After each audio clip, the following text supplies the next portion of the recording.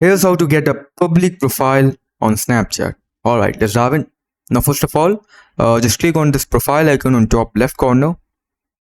Okay, from here, click on setting icon on top right corner. Now scroll down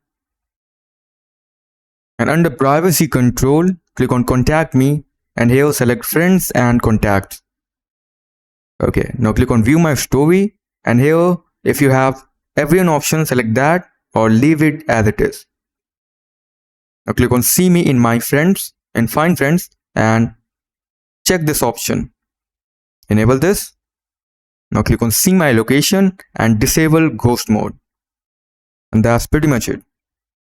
That's all you have to do for a public profile. Now go back and click on this public profile option and upload your image, make a bio and upload some snaps. And that's it, you're ready to go public. That's it for the video. Thanks for watching.